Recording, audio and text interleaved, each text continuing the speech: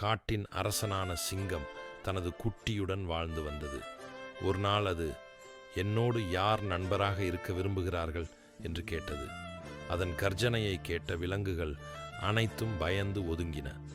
அப்போது ஒரு சிறிய எலி முன் வந்து, அரசே, நான் உங்கள் நண்பனாக இருக்க விரும்புகிறேன் என்றது. சிங்கம் சிரித்து, நீ போன்ற சிறியவன் என்ன உதவி செய்ய முடியும் என்று கூறி அதை மறுத்தது.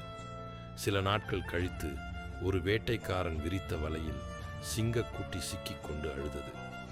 அந்த அழுகுரலை கேட்ட அதே எலி அங்கு வந்து தனது கூர்மையான பற்களால் வலையை கடித்து கிழித்து குட்டியை விடுவித்தது. நடந்ததையெல்லாம் கேட்ட சிங்கம் மனம் உருகி, உன்னை தாழ்வாக எண்ணினேன். இன்று என் குட்டியின் உயிரை காப்பாற்றிய நீ என் உண்மையான நண்பன் என்று சொன்னது. அன்று சிங்கம் ஒரு பெரிய பாடம் கற்றது. யாரையும் சிறியவன் என்று எண்ணாது.